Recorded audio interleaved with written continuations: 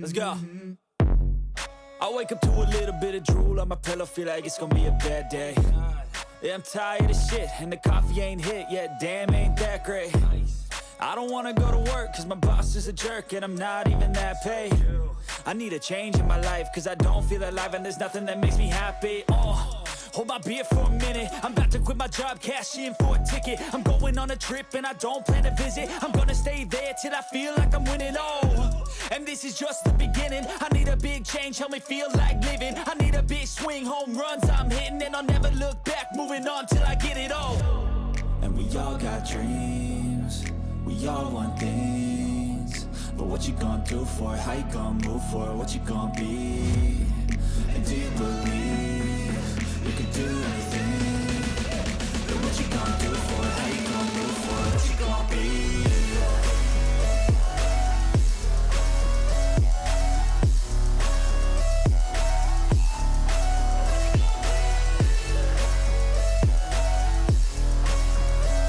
Check. Let's go. Hey. Yeah, this is my life, my strife, my right to fight, to die on. And this is my game to play, to claim a brand new name, And I ain't gonna lie to you, I'm a bit nervous that I might screw everything up that I've ever done. But what's the point of living if you ain't having fun? I guess I'll try this. What's up, Jamesy? Come on to YouTube, buddy. I guess I look here, look there, over where am I scared, where am I at? I gotta make it in this life, whatever makes me happy, know I'm doing. Are you ready for the best damn NFL show on the planet? Man Hour Nation! Rise up. Yeah, hey, let's go. Hitting that gridiron, we going hard, we running the plays. You know the vibe, only the strong survive. Gotta keep your head in the game. Talking NFL, uncut, straight raw. Steady bringing that sauce. We about to take off. Get it hype, this man, our sport talk. Yeah. From the quarterback to the lineman, everybody bringing heat. You don't really wanna try them. Hey, who gon' win? It's a battle of the giants. This show is the flyest. Nobody can deny it. This is Man Hour. Sport Talk. Man Hour. Sport Talk. What team you reppin'? We keep it interesting. Who caught another down? Who got that interception? This is Man Hour. Sport Talk. Man Hour. Sport Talk. What team you reppin'? We keep it interesting. Who caught another down? Who got that interception? Let's go! What is up, Man Hour Nation? Welcome to Man Hour NFL Talk, your go-to spot for live, raw, uncut NFL talk. I'm so glad you guys are with us today. Guys, before you jump into these action, make sure you hit the like button, share this with a couple friends, and subscribe so never miss a live interactive show. That's the easiest way to stay plugged into us and everything that's happened with the Man Hour show. But if you guys want the full Man Hour experience, become a Pigskin Pundit. That is our members-only community. You get free entry to the weekly NFL Pick'ems, exclusive merchandise, bonus live streams that only the Pigskin Pundits get. So if you guys are all about the next level access, join the squad today. Remember, this is a live interactive show, so drop your thoughts, your opinions, your hottest of the hottest takes down in the comments down below, because I want to hear from you. I want to hear from you. Mr. James Frank says, let's go. Let's go, says James Frank. Listen, we go, baby. We go to the moon, baby. Let's go. What is up, James Frank? What is up? What is up? What is up? And James Frank says, I always forget to switch over to youtube.com/Man Hour till mid-show. Well, buddy, set a reminder. 9 p.m. Tuesdays and Thursdays, all through much of July, we are at 9 p.m. East Coast time. Now, once August hits, once August hits, we are back to 5 days a week. Sunday through Thursday, 7 p.m. East Coast time. Time. We got our buddy, the man, the myth, the legend, the Dallas Cowboys lover, Electro Restoration in the chat today as well. He says, howdy, y'all. What's up, Electro Restorations? How about them Cowboys, baby? How about them Cowboys? Let's go. What is up, guys? What is up? Let's go over to Huddle Sports Network, where we got a bunch of Bears fans typing in. We got Ron says, bear down, baby. I say slow it down, Ron. I say slow it down, baby, because your Chicago Bears, Ron, are only going to get 9 wins this season. Your Chicago Bears will be going bear down like normal. And then he says, F Green Bay. Go Pack, go, baby. Go Pack, go. You know what, guys? When we come back next Tuesday, I might, you know what? I'm going to put the cheese head on my head, and we are going to do our thing. Jim Powell, the CEO of the Pigskin Pun, is in the chat. What is up, John? Give me some of that. Pigskin Pun. Get He said, "Who that? Who that there? Who that there?" It's Buck Nasty, baby. It's okay, Jim. Put your head right there, baby, and I will cuddle all your thoughts. I will cuddle all of your needs. And James Frank says we are less than 80 days till officially football season. 80 days, baby. 80 days until the pads are popping. 80 days until the Dallas Cowboys and the Cleveland Browns are going to the Super Bowl. 80 days until we can stop talking about this man, the myth, the legend, the Iceman. Man, our nation, we got some hilarious, absolute gold coming out of Chicago today. It's no more the Hammond talk. It's no more the Alton Heights talk. It's a trademark denial. If you guys were on the internet yesterday, you saw the news hit the wire. Chicago Bears quarterback Caleb Williams officially had his trademark application for the nickname Iceman completely denied and rejected by the U.S. Patent and Trademark Office. They basically looked at it and said, "Really?" The government stepped in and said, "Hold on there, Mr. third year quarterback. Hang on there, Mr. Caleb Williams. Hang on there, Mr. Iceman." They cited the likelihood of confusion because an Oregon-based footwear company is called Lacrosse has owned the trademark Iceman institution for hunting boots since 1988. You cannot make this crap up. Caleb Williams got outdueled by a winter boot. But we need to talk about this bigger picture here, because where there's smoke, there's fire, right? Because my immediate reaction today, it was simple. It's like, you're trying to trademark a name like this? Like, slow down, baby! Let's be completely real for a second there, Mr. Iceman, Chicago Bears fans. How many people do you know that go by the nickname Iceman? Off the top of my head, I can think of five off the top of my head without even thinking. The legendary Hall of Famer George Gervin, who was ice skating on the court of the San Antonio Spurs for decades. And then you got Chuck Liddell, the Chuck Liddell in the UFC, Mr. Iceman himself.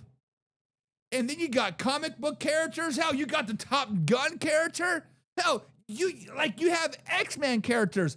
Icemen are across the world.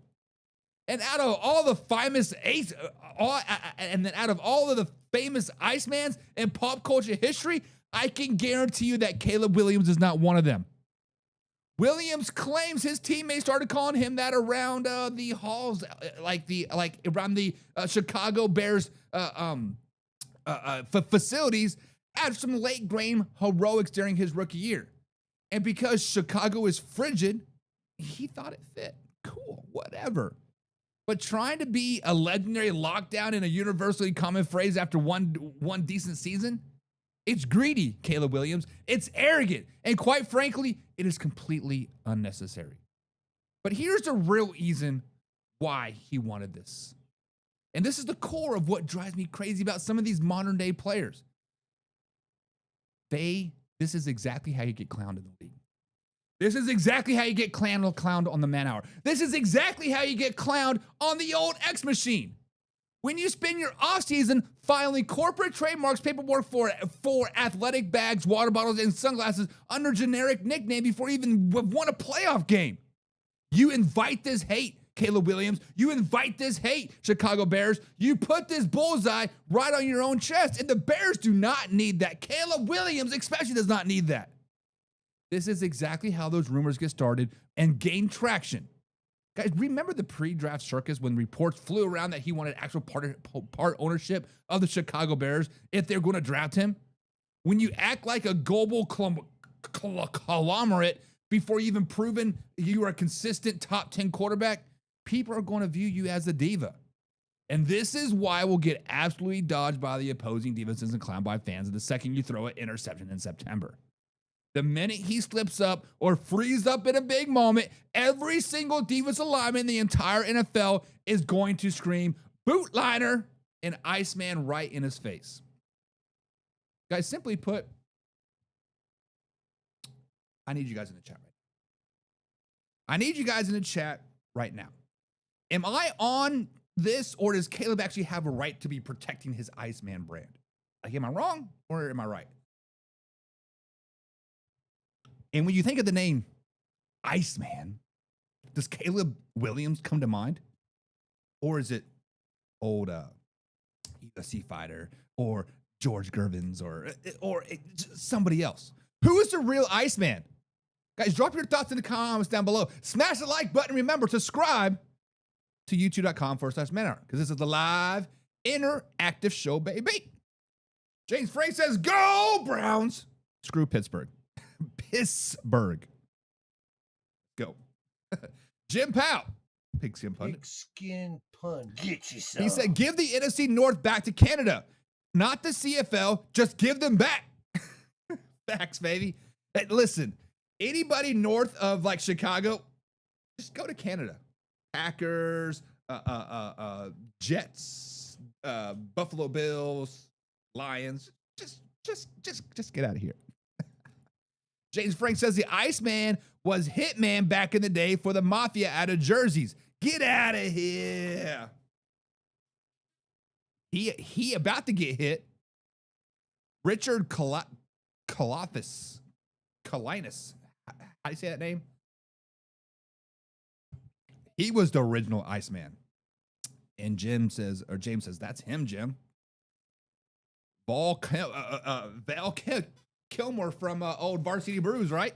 He was the Iceman. Electro Restoration says the only Iceman there was a guy who flew F-14 Tomcats next to the legendary Maverick. Facts, baby. Facts. James says, nah. If it was more original, then he'd have the rights, but nah. He doesn't have the rights to that. I mean, honestly, people call me Buck. I know 17 different Bucks out there. So since I was the original, Kakinski. Thank you, James. I'm terrible with names. Like, y'all know that. But yeah, I mean, come on.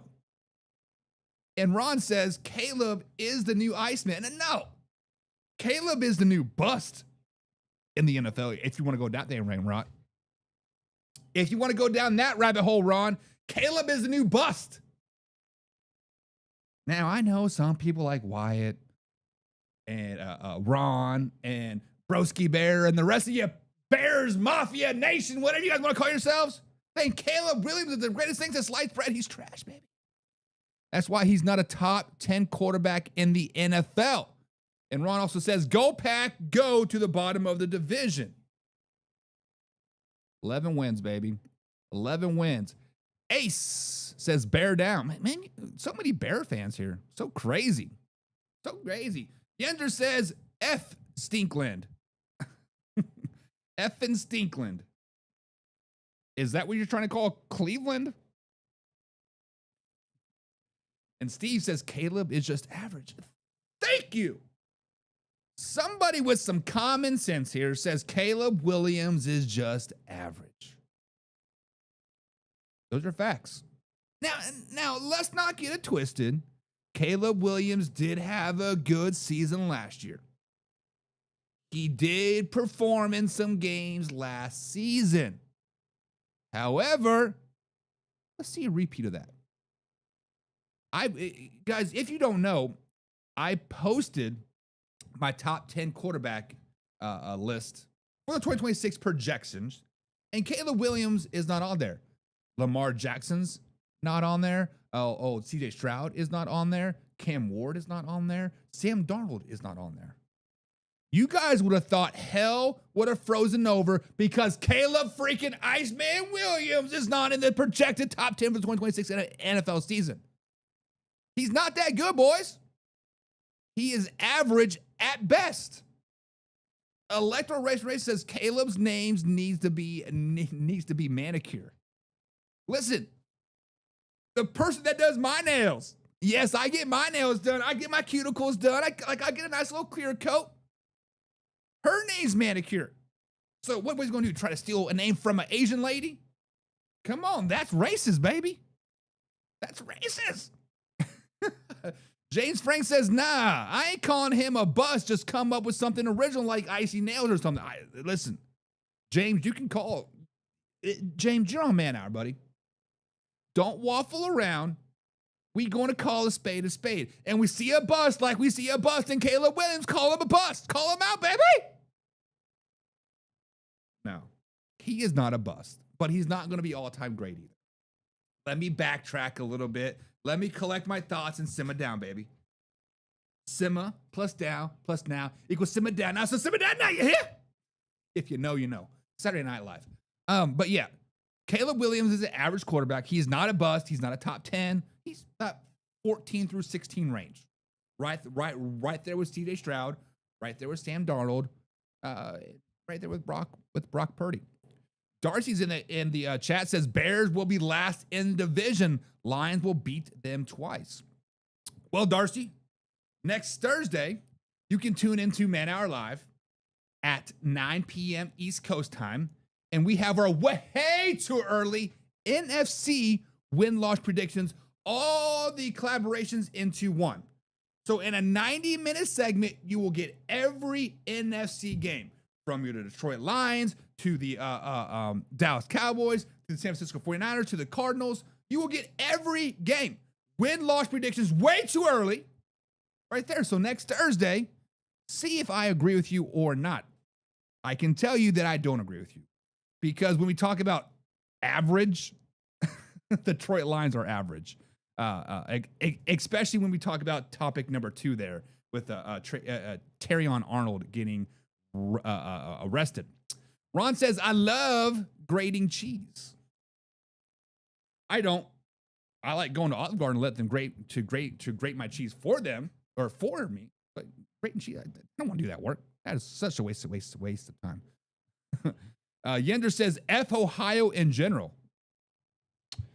I live pretty close to Ohio, and I can concur with that 100%. Steve says, remember Eddie Murphy yelling, "That's the Iceman. That's the Iceman right there." I don't remember that, Steve. The only Eddie Murphy I can think of movie is is it Rush Hour, or is that the other black guy? They all kind of start to look alike. I'm totally kidding. But no, I don't remember that movie or TV show. So help me out. Fred is in the chat. Is rather be fishing. Fred says, good evening. What's up, Fred? What is up? And he says, is this the Man Hour himself? Yes. My name's Buck. For all you new folk out there that are part of the Man Hour community now, head over to youtube.com/Man Hour. Become a Pigskin Pundit, guys. And we all get to know each other on that personal level. But yes, I am Buck. Ron says, who eliminated the Packers in the playoffs? Fair. Fair. Yender says, the only Iceman I acknowledge is the dude from the X-Men movies. Listen, you have to put Top Gun Iceman in there. And Chuck Liddell. Come on. I feel like the Top Gun Iceman is the most famous Iceman in the world. Steve says, that's him, Fred. Talking Mahomes is the greatest. Listen, Patrick Mahomes is that dude. The best fourth quarter quarterback of all time. However, if you guys head over to facebook.com/Man Hour NFL Talk, you will see my official top 10 2026 quarterback projections. And I have Patrick Mahomes sitting at number 6, I do believe. Marcus Newsom says Lions are better than the Bears by a lot. Not Lion fans who are counting TA anyways. I wouldn't say that. I would say the Bears and the Lions are pretty much neck and neck. Tune in next Thursday, and I'll give you guys my way too early win-loss predictions, or head over to youtube.com/Man Hour, and you can see the clip of the Chicago Bears or the Detroit Lions, whichever one you like. I have posted all those clips up there. We're doing a little smash up next week. Another 48 hours with Nick Nolery. Is that the 48 hours host? I'm confused by that. Jim says, can't call him a bear when he's barely a cub. Jim, you normally got some pretty good zingers, buddy. You normally got some pretty good zingers, but that felt a little short, like Caleb Williams did of 4,000 yards last season. Steve says the best fourth quarterback history of all time is Favre and the Magic Man Don Majavovic. I cannot say that name. Majavovic. You guys will know quickly I'm terrible with names, and I am not afraid to admit that. Yenzer said Sub-Zero from Mortal Kombat could be considered Iceman. I do like Sub-Zero from Mortal Kombat. I do love me some Mortal Kombat. Fred says, bullshit. Top Gun sucks donkey balls. I'd rather be watching paint dry. I watched the Top Gun just to listen to Danger Zone, then I ejected the VHS. Such a hater. Top Gun is by far top 5 movie of all time. Matter of fact, let's go down that rabbit hole. Let's go down that rabbit hole and let's talk about it, because when you think of top 5 movies, Top Gun has to be a top 5 movie of all time. Not because Tom Cruise is from Louisville and that's where I reside, but it's a pretty damn good movie. The original Smokey and the Bandits up there. The original, not the number 2 or number 3 when they're going for clam chowder. Those are just getting a little ridiculous. The Longest Yard, the new one with Adam Sandler. That's a pretty good movie. Top 3 movies. I do love Coach Carter. That is a great movie. And the all-time greatest movie of all time, I'm talking like top line, like I can watch it over and over and over again. Bambi. Come on, man. Bambi. John Peebles. Pigskin pun. Get you some. What is up, John? What is up? What is up? Tavern Smith says the end is near to Jesus before it's too late. Please talk to him and save yourself. Jesus is coming. Repeat yourself, baby. Man, I already wrote the Bible, Tavern. I wrote the Bible. The Man Hour Bible is at manhourradio.com. Guys, click on the Bible. Right there it is. It's the football Bible. Come on. Just call me Jesus. John says, y'all jacked up on Mountain Dew again? I'm drinking the Sam's Club energy drink, or sports drink tonight. This is wild berry, mixed berry. It's pretty good. Eminem killed it in his new one. Killed what? Whoa, Buck. No, Back to the Future. Listen, I don't like Back to the Future. Who's that? Michael J. Fox. Yenzer says, I love me some Top Gun. Listen, who doesn't love Top Gun? I mean, especially on the scene where that sexy girl, I don't know her name, but he's like, no, that's Days of Thunder. He's like, draft. That's the Days of Thunder is pretty good. Good, too. Steve says, John Elway and Dan Marino is way better than Patrick Mahomes. So is Jim Kelly. Now, Steve, as they say, you can't compare apples and oranges, but they're both fruit. Why can't you compare them? But John and Elway to Dan Marino to even Jim Kelly, those days are a hell of a lot different than Patrick Mahomes. Do I think Patrick Mahomes would thrive in a John Elway era? No. Do I think Dan Marino would thrive in a Patrick Mahomes era? Also no. John Elway most certainly wouldn't. So, listen, as I think Dan Marino is a top 5 quarterback of all time. You got to give credit where credit is due. One of the best regular season quarterbacks ever. However, out of those 4 names, Jim, or sorry, Steve, you have John Elway, Dan Marino, Patrick Mahomes, and Jim Kelly. Fourth quarter, game is on the line.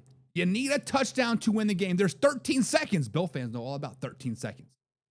Who do you want the ball in their hands with? Do you want John Elway, Dan Marino, Patrick Mahomes, or Jim Kelly?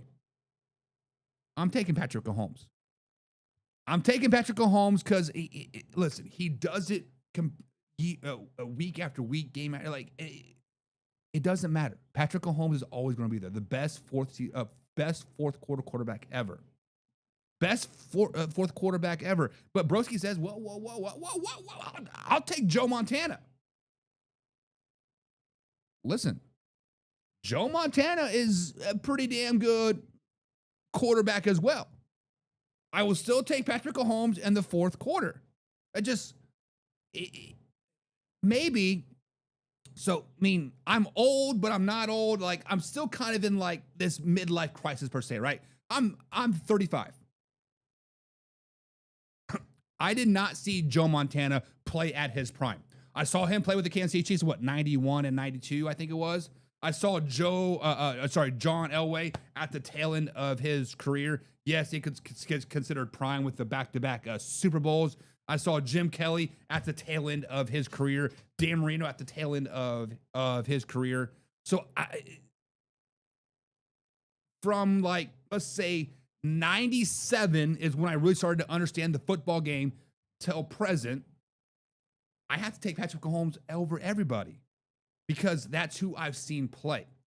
Now, people like Broski Bear and Jim and John and Electro Restorations, you guys are a lot older than I am. You are a lot wiser. So you saw Joe Montana in his prime. You saw Steve Young in his prime, right? Troy Aikman in his prime. Like, you saw all those prime guys. So I'm not going to take away from your opinion because Joe Montana has obviously been there, done that. Well, he had like 3 Super Bowls, I think it was. But he's been there, he's done that. John Elway, been there, done that. So yes, I get it. I still got to take Patrick Mahomes. Eminem was in the new Happy Gilmore. That's right. He was the heckler's son, wasn't there, or something? I feel the need for speed. Facts. So Broski Bear does say shout out, man. Shout out to Broski. So Broski is a Bears fan, guys. He is a very passionate Bears fan, but he speaks logic. Very, very logical. Jim Palace says Dan Marino is from the Berg. Marino is top 3. So since he's from Pennsylvania, that automatically puts him in like the top 5. Fair. Electro Restoration says, sorry, y'all, but Eli Manning over Patrick Mahomes. In the Super Bowl, 100%. In the Super Bowl, 100%. However, regular season, Eli Manning's kind of blah. Blah. Eli Manning is going to be the only Super Bowl or the only quarterback with 2 Super Bowl rings to make the Hall of Fame. John says Marino was the quickest release through 50 yards darts. You put Marino in Dallas, they win 5 Super Bowls. That is probably a very factual statement. Very factual statement. John, I cannot disagree with that at all. Broski Bear says, ever seen The Drive? John Elway was nasty time. I have not seen The Drive. Where is that? Is that on Netflix or like Hulu? Because I will definitely have to check that out because I am leaving for Indianapolis tomorrow morning and I got a 2-hour drive. So, I mean, give me something to watch. Give me something to watch. Electra Richard says, thanks, Buck, but I am way younger than you, man. I just know a lot about NFL history. So hang on. You're a Cowboys fan. You know NFL history. You have electro restorations, and you're younger than 30? Somebody get this man a beard. Broski Bear says Joe Montana was 4-0 in the Super Bowls. 3 Super Bowl MVPs. That's tough. And that was all over the 80s, right, guys? Correct me if I'm wrong, because so I wasn't even born yet when Joe Montana was still flinging the rock around. When I became a Chiefs fan, Joe Montana was our quarterback. So shows you how much I know about the 49ers history per se. Jim Powell says, I think it's completely unfair to rank quarterbacks without first ranking the offensive line. That is the factual statement as well. But Jim, how do you rank offensive linemen? Because you can't rank it by stats. You have to rank it by your eye test, right? Like you have to rank it by how good this actual person was. And that requires a lot of legwork. That goes back and watching film after film after film. And aren't people saying that the Dallas Cowboys 90s team had the best offensive line of all time? So those aren't my words. Those are just like my uncles talking, right? Just talking shit, basically, because I had a Steelers fan, a Chiefs fan, a Broncos fan, and a Cowboys fan that were my uncles, and then my dad was like a Lions fan. But it was just awkward growing up. But seriously, like how do you rank offensive linemen? That's the question, because PFF stats are skewed. There are no like pancake. I mean, there are pancake blocks and all that stuff, but a lot of that's just luck, isn't it? James Frank says that's who I meant. Screwed Elway. What was I talking about? What are we talking about, James? I think I lost. Broski Bear says Joe Montana and Jim Kelly are from Pennsylvania as well. I didn't know Joe Montana was from Pennsylvania. That's tough. So Broski, so guys, I believe it was Tuesday. We were talking about, because I just released my a top 10 tight end list, and I had Tyler Warren at number 1, and people were very, very upset about that. I just think Tyler Warren's going to have a great season. And we were talking about, the Daily Huddle people were talking about the tight end university, right? And off the top of your head, you're thinking like Notre Dame or Iowa or maybe like a Miami, right? But Broski Bear is like, whoa, slow down, baby. Penn State is a tight end U, and he rattled off 7, 8, 9, 10 names of tight ends that are in the NFL like right now. So is Pennsylvania like the mecca of NFL players? Because, I mean, yes, we get our Californias and your Texas and your Floridas, right? Mainly because they're so much bigger than everybody else. I mean, not Florida, but Texas and California. But is Pennsylvania the mecca of the NFL? I would be curious to say the last 25, 30 years, how many NFL players came from Pennsylvania versus Texas and Nebraska and California and like all that stuff, right? Now we need to put a caveat on it, because like per capita, right? Because Texas has like 17 million people versus Kansas is 1 million. But if Kansas puts out 100 and Texas puts out 200, Kansas has more NFL players per capita. Like, does that make sense? So I would be curious of like what that kappa is. James Frank says the drive is when Elway led the Broncos back to beat the Browns to go to the Super Bowl. Screw them. So what is that on? Is it on Netflix? Is it on ESPN? Like, let me know, because I would like to watch it, because I like to watch those football historian shows. YouTube, it is on there actually. Okay, so I will get on my computer on the way to Indy tomorrow, and I will watch it on YouTube. Broski Bear says the Hogs in the 80s were a great offensive line. The Washington Redskins, they were. I do remember people talking about it as well. The QB, the quarterbacks didn't have red Lawrence Taylor chasing them. Facts. Or a cocaine-filled Lawrence, right? And James Frank says, let me talk about your tight end list here, Buck. He says, let me talk about your tight end. People were pissed off that Fannin Jr. was number 3. Listen, let me go over to Facebook.com real quick. Facebook.com/Man Hour NFL Talk, guys. Go over there and like follow us, right? I think we've been struggling to get over 35,000 for some reason. Like we get to 35, then it drops it back down to 34. Like I don't know what is going on. But let me go over to my top 10 tight end list, and I don't have the stuff saved, but you guys are going to have to trust my reading ability here.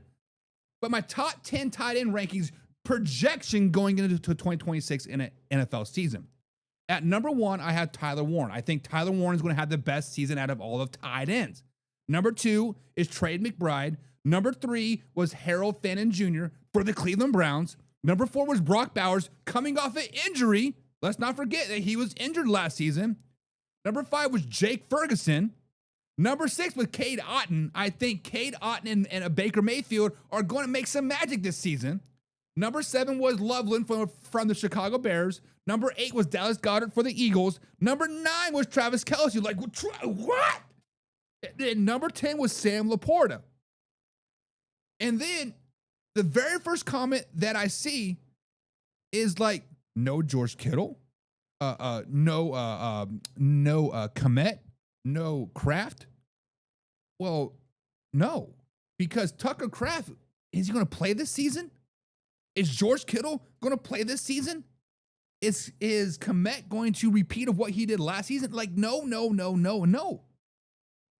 Right? These are the projections that I have for this upcoming season.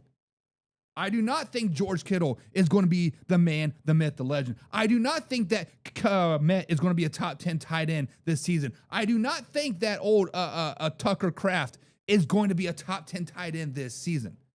Does that mean they suck? No. It just means that 10 other players are going to do better than they were. It is what it is. But people are so crazy up in arms about that. They're like, Buck, are you drunk? This is AI slop. Like, I get it. So let me head back over here to the Huddle Sports Podcast. Guys, like, listen, I have 2 different comment sections. So if you guys want to come over to youtube.com/manhour, we can definitely get your comments there a little bit quicker. And Steve says Steve Young over Joe Montana. This guy's just drunk. As much as I like Steve Young, I would take an aging Joe Montana over Steve Young. I don't like old left-hand quarterback. Screw them all. Yender says you a young buck. I am a young buck. I am young buck, but man, my body hurts. Football kicked my ass. Like, I wake up every day, have to like slide on slippers. Like it, but football is rough on your bodies, boys. Steve said, I'm only 53. 53 years young, baby. John is like 62. Jim is like 106. So we got a lot of old heads in here. Fred says, Jens, I love to watch movies. I had a hard time giving them a number 1 favorite. I can name about 10 movies that are all my favorites. Listen, Fred, I am with you. It is hard to give a top 10 list of movies or food or places to go. I get you. I get you. And Steve says Peyton Manning over Patrick Mahomes, easy. That is a autographed Hall of Fame poster by the one and only Peyton Manning. Peyton Manning is the 2nd greatest quarterback of all time behind Aaron Rodgers. I agree with that. Manning was pretty good. Ron says, do you remember Rocket Ismail? Yes, I remember Rocket Ismail because I had a football game and it was a bubble screen to him and let him run down the field. But as far as watching him in the actual NFL, no, I do not remember him. And Steve said it was a great game, meaning the comeback, Broncos versus Browns. That is tough, baby. That is tough. Fred said, I don't know about shit about PSU football. My second favorite sport is wrestling at Penn State. Wrestling is a dynasty. Ain't nobody stopping them. They aren't what Iowa used to be, and to be some. I don't know shit about wrestling, but you are right. Iowa and Penn State are always up in there. Always. Rather be fishing. Fred said, that's up to your channel, bud. Hey, appreciate it, man. I appreciate it. Guys, we are like this close to 7,000 subs over here on YouTube. So every little one helps us get to our goal, because my goal is 7,000 by July 1st. And I think we are very close to that. John Saturn's the Pigskin Pundit. Pigskin pun. Get you some. He says, what's good, man hour? What is good, brother? What is good? All right, guys, so let's get into some more football talk, because Detroit Lions fans, did your season kind of just go up in flames? It's not time for payday yet. It's time for this one. Mistakes have been made. Man Hour Nation, we have spent the last couple days talking about structure or their lack thereof during the NFL offseason. Breaking down the arrests like Jonathan Cooper and Rashid Rice and Josh Jacobs and Geno Smith. We talked about how guys lose their minds when the discipline of the facility drops. But just when we hit the wire out of Florida is an absolutely entirely different level. This isn't a standard offseason mistake. This is an absolute career, as a matter of fact, life-altering catastrophe. Detroit Lions starting quarterback Terrion Arnold in their 2024 first-round pick, or 2024 first-round pick, I should say, out of Bama, John, where's your boy, has officially surrendered to law enforcement in the Orient Road Jail in Tampa. He is facing 8 massive felony counts, including 4 counts of kidnapping and 4 counts of armed robbery. The Hillsborough County State Attorney's Office just announced that they are seeking potential detention and pursuing charges that can carry a maximum of life in prison. Guys, let's break this down. This is the most disturbing details of this investigation because the anatomy of this story is simply wild. Let's break down the facts. This is what we know from the Tampa Police Department because the whole situation stems from an incident that happened way back in the first week of February. According to investigators, Arnold and his associates were staying at an Airbnb in Florida when the house was burglarized while they were out. Arnold and his group reported over $250,000 worth of personal property was stolen, including $100,000 in cash and an $80,000 necklace. Now, up to this point, Arnold is the victim of the major crime.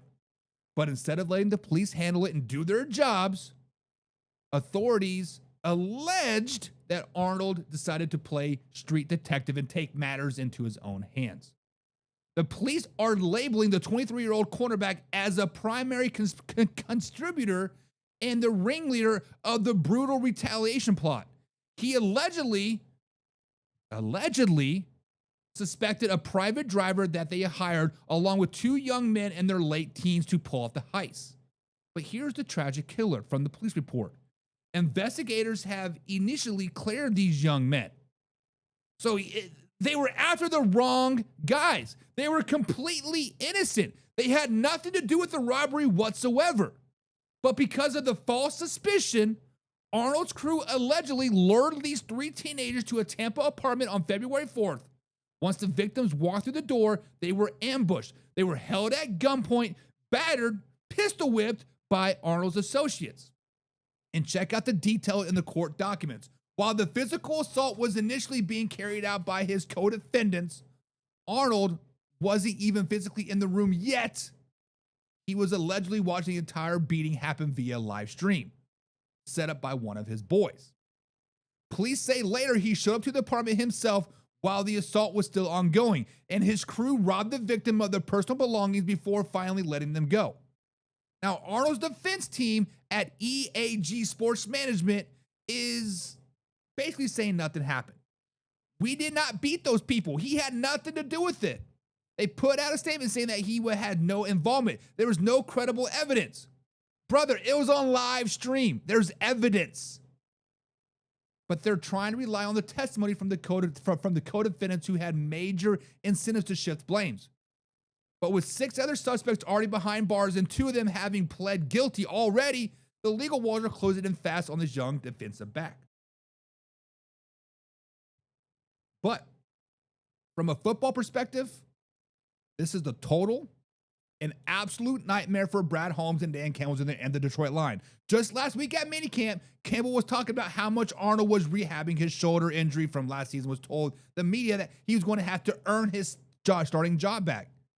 Well, now he's got a lot bigger fight to earn his job back now. If Arnold is convicted or even held without bond, his football career it's essentially over. The Lions released a brief statement saying that they are aware of the legal situations, but behind closed doors, they have to be absolutely furious. Financially, Arnold is in the middle of his fully guaranteed $14.3 million rookie contract. If the Detroit Lions cut him for standard reasons, they are buried under dead cap money. But because of felony kidnapping charge and a lengthy league suspension is probably pending, This will void his contract guarantees. But Man Hour Nation, let me ask you this question. Did the Detroit Lions do the right thing? Did Arnold do the right thing? When a player is facing life in prison on kidnapping and armed robbery charges, how fast should the Lions react? Cut ties with him, kick him to the curb, or let the process play out? Guys, drop your thoughts in the comments down below. Hit the like button and hit the share button as well. Broski Bear says TA rented the Airbnb to have a gangster party. This is what happens. He had his girlfriend lure two of the guys into a hotel room where his guys were waiting for them to the closet and jumped out of him. Stupid. Absolutely stupid. James Frank says, I can't believe he turned himself in. He's about to do long time. I'll be playing catch me till you can't. So, James, two sides of the story here, right? Let's flashback to Antonio Brown, right? AB. He pulled a gun out on a guy in a boxing thing, right? And then he fled to somewhere in Africa, right? He was gone for like 3, 4, 5, 6 months. He did exactly that. Everybody assumed that he was guilty because you ran. You were playing hard to get. Now, ultimately, he come back. He faced charges. I don't know what the legal battle is right now. I feel like everything kind of got swept under the rug and kind of gone. But to me, and the rest of us here at Man Hour Nation, when he did that, we all kind of like, he is guilty. So if Arnold, a high-profile athlete, a high-profile stuff that's happening, doesn't turn himself in, wouldn't that give you the false perception that he is guilty? Wouldn't that give you the like, bro, like, why are you running? So by him turning himself in, kind of backs the story like, hey, you have no evidence that I did anything. You have no evidence that I did this, and this. Yes, there's 6 people versus me, but I have a live stream that shows them beating them. You don't have video of me doing anything. So I get what you're saying. Get what you're saying. But turn yourself in. Broski Bear says the third guy went into the room later and got beaten too, and they supposedly drove them to another location. So Broski Bear, I heard people talking about that this morning, but I have not seen any credible court documents to say that. Now, I think they had court arraignment this afternoon. Now, that is just like a bond hearing and yada, yada, yada. I don't know what the outcome of that. I think it was like 4 o'clock Eastern when that happened. But I have not read that actually happened. I think the kidnapping was them holding against their will, per se, in the hotel room or Airbnb or whatever it was. Broski Bear says, I don't understand how the Lions haven't cut him yet.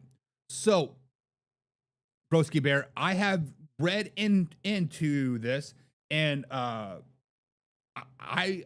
work for a banking association, so we have a lot of lawyers in our office, and we actually share office space with lawyers. So we have like 7 floors, and 5 of the 7 floors are lawyer offices. So I am tight with a lot of lawyers and like a lot of legal people. We all talk football, sports in general all the time because we have a common work break room that we go and hang out and bullshit, right? So I asked him this very question because we all read the same article from ESPN.com. We all saw the headlines on Twitter and ESPN. Like we've seen all that, right? And those legal guys read into the cases. So I was like, call him Joe. I'm like, hey, Joe, I know you have read the court docs. You were on the Tampa Bay, my case, and you're reading through the court docs, and you saw all this, right? What are your thoughts on this?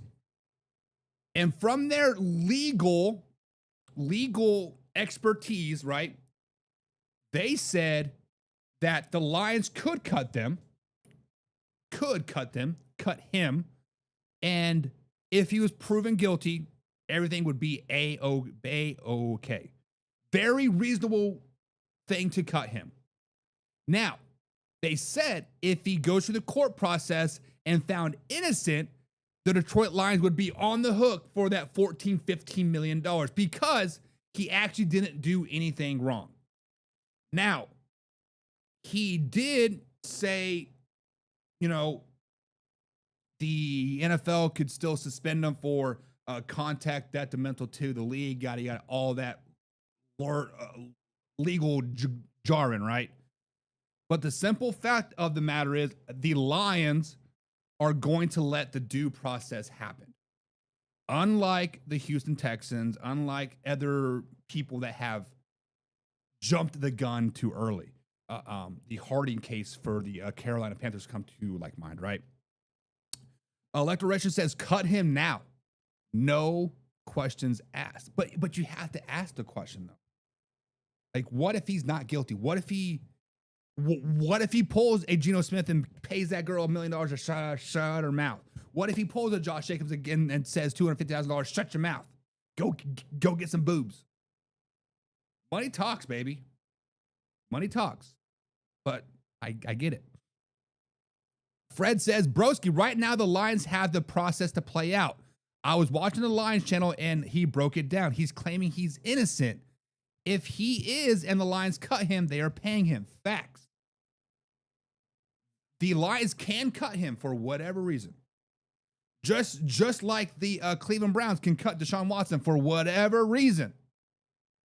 Still the guaranteed money, still the dead cap hit if he does not void the contract. Deshaun Watson last year when he was dancing on TikTok and tore his Achilles again, that in theory could have voided his contract if the Browns really wanted to go down that route, but they didn't want to go down that legal route. So from everything that I read and understand, Terrion Arnold is saying that he is not guilty. He is innocent. That's why he turned himself in. That's why he's trying to post bond, even though I think they're trying to hold him without bond, but we will see. Fred says Lions cut him and they're eating $7.5 million this season. If they wait for the NFL to basically give the Lions permission or the courts to find him guilty, they can get their money back. Facts on facts on facts. James Frank says they had him wearing the turtle suit. What is a turtle suit? Is that like the mask where you can't like bite and spit on yourself? Is that what they're talking about? Broski said he didn't even have a burner phone. They can track his phone. He is done. So Broski Barrett, as a former person that used to have a burner phone, I totally understand the reason for a burner phone. However, he said he went to said Airbnb. He said he saw them on live stream doing that. So what does a burner phone have to do with anything? Now, are you saying there's text messages saying, hold them, do this, whatever? Are there recorded phone calls saying, hey, do this, do that from Arnold? If you're saying that, then yes, I understand the reason for the burner phone. But the fact that he was just watching on live stream or FaceTime or whatever it was, there's no need for a burner phone for that. There is no reason to, cover your tracks per se, because if it's not via text message, I highly doubt FaceTime was being recorded. I highly doubt a phone call was being recorded at the time because there was no need to. But it's a very tough situation. John Sedrin, Pigskin Pundit. Pigskin pun. Get you some. He says they haven't cut because his guarantees will be mandatory. If he gets charged, they lose all that contact. Yes. Cut him after he's guilty. It's kind of like the Patriots thing with Aaron Hernandez, right? They didn't cut him until the courts played out, until he was actually in jail hanging out. Then they're like, oh, okay. And John says he's guilty. He's already been charged. So being charged for something and being guilty are two totally different things, i.e. Josh Jacobs, i.e. Geno Smith, i.e. Other athletes that have been charged with stuff. Josh Jacobs' charges were dropped, not guilty. Geno Smith's charges were dropped, not guilty. Jonathan Cooper's charges have not been dropped, most likely guilty. The man ate a cell phone. So you can say he's guilty. He has been charged. Let the process play out. He is not guilty he's innocent until proven guilty, right? Broski says TA thought he was slick using his girlfriend as butter. But if he can't get traced to his phone, supposedly. So Broski, from what I'm kind of gathering from what you're saying is you're saying that he sent a text message saying, hey, go do this.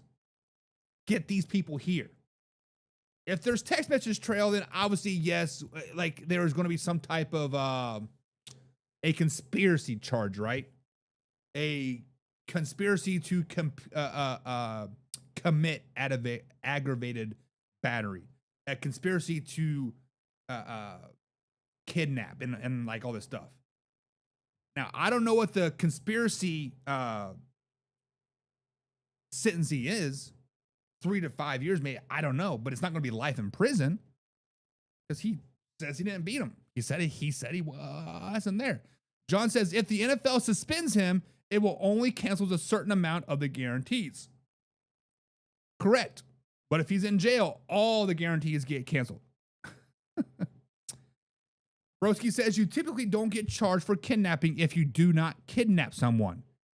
They took their time to get the case together for months. They aren't making this up. Digital footprint. I'm going to be devil's advocate here. Technically, Terrion Arnold did not kidnap them. He could have said, hey, keep these people here until I'm there. But he was not the one holding those people. From the reports that I read, once he got there, he stole from them and put them in a car and made them leave. So technically, if you want to go down the technical route, he did not kidnap them. Those 6 other people did, his girlfriend and his 5 boys. They're the one that's technically kidnapped them. He just showed up to finish a job. John says, put a fork in him. He is done. I agree. Broski Bear, so much for Lions being all about their character players. Hilarious. The Lions had character players ever? Like when? When? John says, apparently the turtle suit is for most celebrities, people trying to hurt themselves. Oh. So Terrion Arnold will not be hanging out in a few weeks is what you're saying. Got it. It's a harm reduction suit so they can't commit harm to themselves or others. So he is in a isolation cell with cameras all over in this suit. Got it. Got it. Got it. And John says, next man up, baby. Next man up, baby. Isn't that the Lions' MO? And Broski Sparrow says, yes, he instructed them through his phone. So Broski, you are right. So I can tell you, hey, go kidnap this person. I can tell you to go do that, right? But am I the one kidnapping? No, Broski, you are the one kidnapping. I mean, like, I could be the ringleader and the co-conspirator or whatever legal term you want to throw out there, but I did not kidnap, technically. Technically, you did. You were just following orders, brother. You were just following orders. Fred says the conspiracy side of things is likely the nail, though. So if you...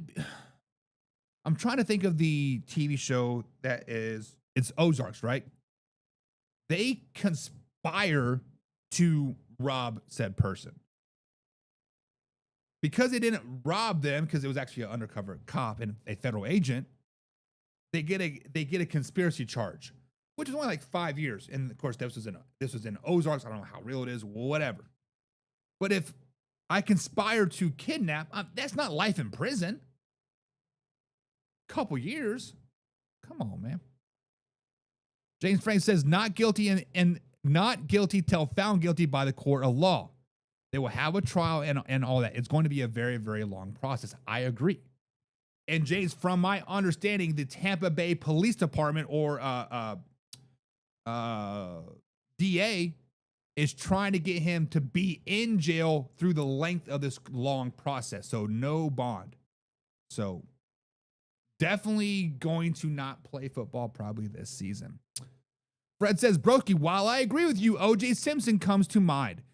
It's never about whether they did or not. It's about what they can prove and how much of it. That is facts. Like, just because I know and you know and that person knows that I stole that four-wheeler from said person, if you don't talk and you don't talk and I don't talk and there's no cameras, how can you prove that? Facts. If the glove doesn't fit, you must acquit. He showed up and forced them into another vehicle. Yeah, he sent them away. He said, we don't want you here no more. Go home. So if I force a girl into an Uber after I'm finished with her, is that considered kidnapping? I don't want you to stay. Like, get out of here. Go get in the car. I don't think you're following what you say, what they're saying about the kidnapping part. I'm not understanding because Terrion Arnold did not technically kidnap them. I mean, I am an intelligent person. I understand what stuff says to me, but common sense is telling me also that Terrion Arnold did not kidnap them. 6 other people did. They took months to build this case and charge him. I agree. I mean, like they aren't just going to spend all these resources for what? February, March, April, May, June, 4 months worth of resources to build a non-sticking case. But at the same time, I get that they can prove a digital print. He said he was there. Like, there's no disputing that. They can prove the GPS. They can prove where he went. Yes, I understand all that. But I am not understanding the kidnapping part. The conspiracy enough is to end his NFL career. Listen, Fred, as I agree with that, the kidnapping is enough to NFL his life, right? Even if he's found innocent, let's be devil's advocate. Let's say Terrion Arnold is found innocent throughout this whole thing. Kidnapping charges dropped, conspiracy charges dropped, the robbery charges dropped. I think somebody said something about a RICO charge. I don't know what RICO charge means, but I think, Broski, I think you said something about a RICO charge. I don't know what that is, but let's say, devil's advocate, all that gets thrown out. Innocent, clean slate, nothing ever happened. Sorry about your pain and suffering. Here's $100,000, right? Because of this due process, his NFL career is over. Just by being associated with said incident is going to end his NFL career. The Baylor kid comes to mind. Now he's playing in the CFL, but a white girl accused him of raping her like a month before the draft. Never saw the NFL field. Turns out he was dating the girl. Turns out her parents did not like a black man. It turns out she said that he raped her because his parents was putting pressure on her. Nothing ever happened. Never played it down in the NFL. Broski Sarah says he doesn't have to physically kidnap someone if they can prove he instructed it. Okay. So, because I tell you to do something and you go do it, I get charged for the kidnapping if you say that I did it or I told you to. Got it. I understand that, and you are probably 100% correct on that.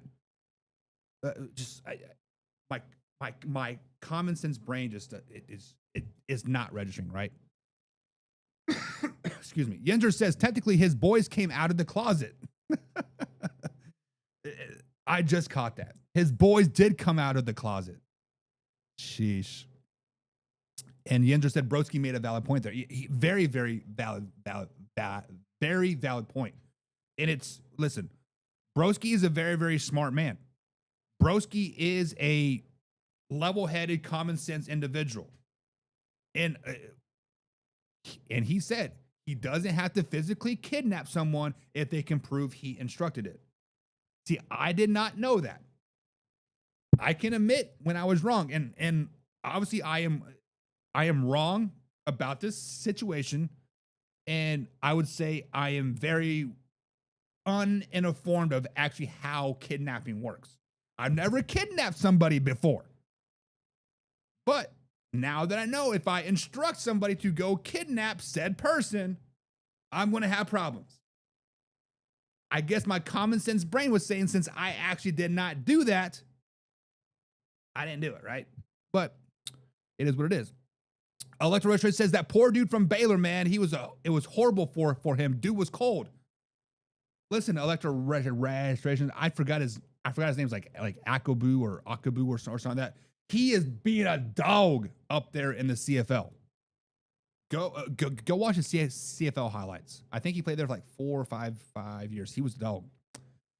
Broski says, if you put a hit on someone, you get charged with the murder. I did know that. I did know if you hired a hitman, you get that charge, but I didn't know about the kidnapping. And John says, Pigskin pun. Get you some. Guilty by association. Listen, I understand it now. My common sense brain was telling me otherwise, but now I took a step back, heard you guys' thoughts, understood your guys' thoughts, and I understand it. James Frank says Broski brings to mid Little Dirk. Comes to mind Little Dirk. Correct. The little rapper dude. James Frank says right because he has the money to pay people to do what he's telling them to do. It will be worse, I believe, for him. Listen, money talks.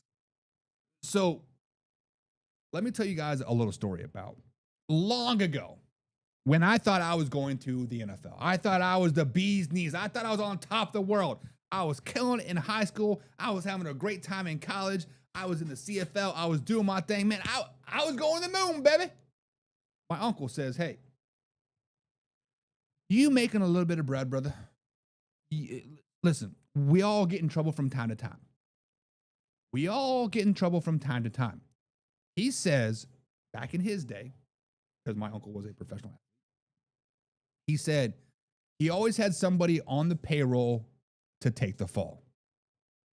So he always had a boy around him, giving him 20,000 here, 30,000 there. If something were to ever to go down, he did it. I was just a bystander. My uncle said you always want to have that person in your circle.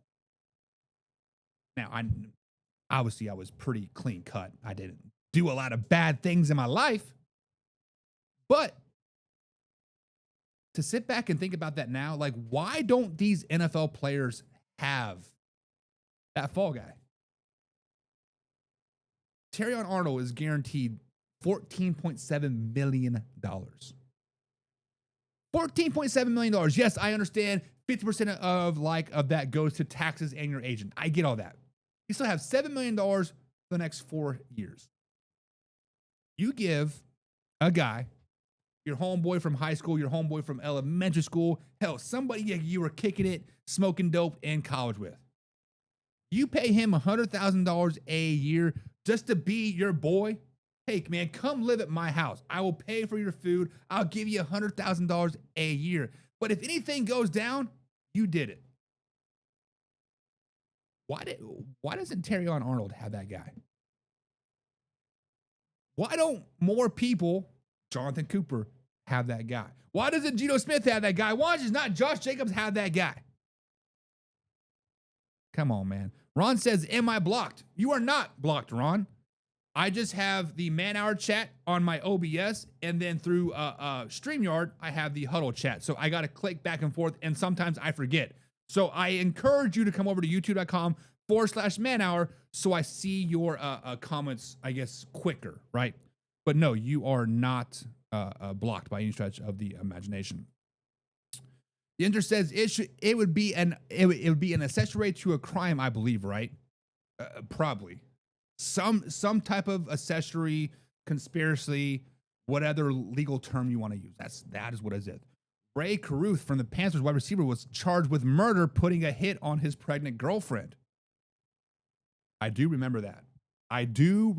So listen, I was 100% wrong about the kidnapping. 100% wrong. And Broski Bear says Ray Caruth is the example of hiring a hitman. You guys are all on the same page. I agree. Broski says, you the man. Thanks, buddy. Says that is what I'm saying. He's using his girlfriend as a buffer, supposedly. But if you can get all the digital trace back to him, that buffering is not buttered.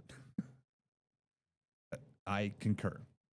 I concur with you guys 150%. I have changed my tone on that a little bit. Arnold, you're done. You're done.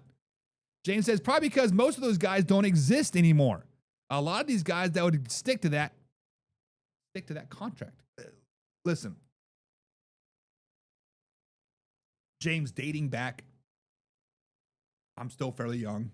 I still have a lot of connections, right? My nephew is now going through that process as well. He is a stud in high school. He is going through college. There are still people out there that will still do that. There are still people out there that you want to keep in your corner as a fall guy. I mean, I know that sounds wrong. I know that sounds dirty. I know that sounds morally just, what the fuck is wrong with you, Buck? And I agree. Like, what the fuck is wrong with you, Marty, for telling me that, right? But at the end of the day, Jamarcus Russell comes to like mind, right? He had all these homeboys from elementary school that were following his coattails forever, right? He was paying their way to live there, to drink, to eat, to come hang, come hang out with them, do whatever, right? Are you telling me none of them wouldn't have taken the fall for their breadwinner? Just think about it. Those 5 guys and a girlfriend that Terrion Arnold had, he was paying for all their jewelry, all their food, all their Airbnb, all their gangster parties. That's all gone now because you didn't take the fall. Broski Bear says he's toast. My guesstimate is he's actually served 10 years. He will get convicted for 20, but only have to do 10. 10 is better than life. He could probably plead down to 5, right? But I don't know. Guys, let's quickly touch on the last topic of today. We are at our hour time limit. I got to get to bed because we're going to Dave Matthews tomorrow. Guys, Kyle Pitts gets the bills, y'all. $54 million in the bag. Kyle Pitts is now the 3rd highest paid tight end in the entire NFL. Guys, you remember me just reading off of my top 10 tight end list? Kyle Pitts wasn't on there. Falcons effed up.